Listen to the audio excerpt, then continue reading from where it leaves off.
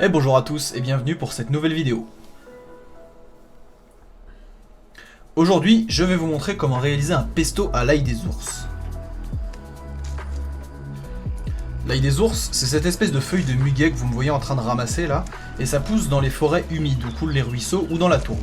Et aller le ramasser, c'est toujours l'occasion de joindre l'utile à l'agréable au détour d'une petite balade en forêt. Une fois ramassé, l'ail des ours se nettoie comme la salade verte, à l'eau et au vinaigre blanc. Ensuite, il ne faut pas hésiter à l'étendre et à le sécher environ 48 heures avant de passer à la réalisation du pesto en lui-même. Donc là, on est 3 jours après la cueillette, et comme vous pouvez le constater, l'ail des ours a déjà bien séché, il a perdu environ la moitié de son volume initial. Pour le pesto, il vous faudra un mixeur, des pignons de pain, du parmesan, quelques gouttes de jus de citron, de l'huile d'olive et 1 ou 2 glaçons.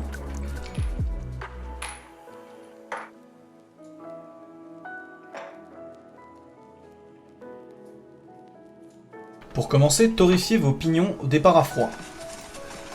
Remuez régulièrement et gérez bien la chaleur afin que vos pignons soient bien colorés mais pas brûlés.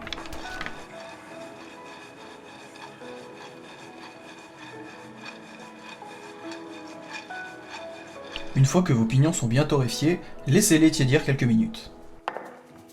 Dans votre mixeur, mettez l'ail des ours, le jus de citron, l'huile d'olive, les glaçons, le parmesan et vos pignons à mixer. Réservez environ un tiers de votre parmesan et un tiers de vos pignons pour un peu plus tard.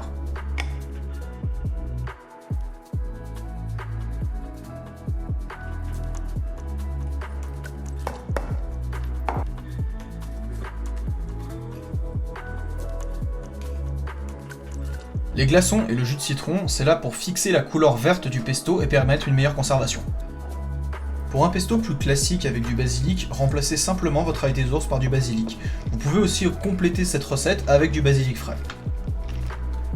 Goûtez et au besoin rectifiez votre mélange en parmesan, en huile d'olive ou en jus de citron. Une fois que le pesto est bien homogène, ajoutez les pignons et les parmesans que vous aviez gardés au préalable.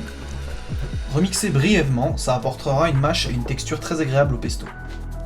Une fois terminé, filmez bien hermétiquement, puis au frigo pendant au moins 2 heures le temps que ça fige.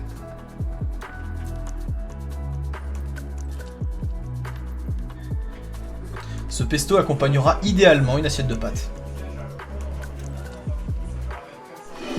Et voilà, vous connaissez tout sur ma recette du pesto à l'ail des ours. A bientôt pour une nouvelle vidéo.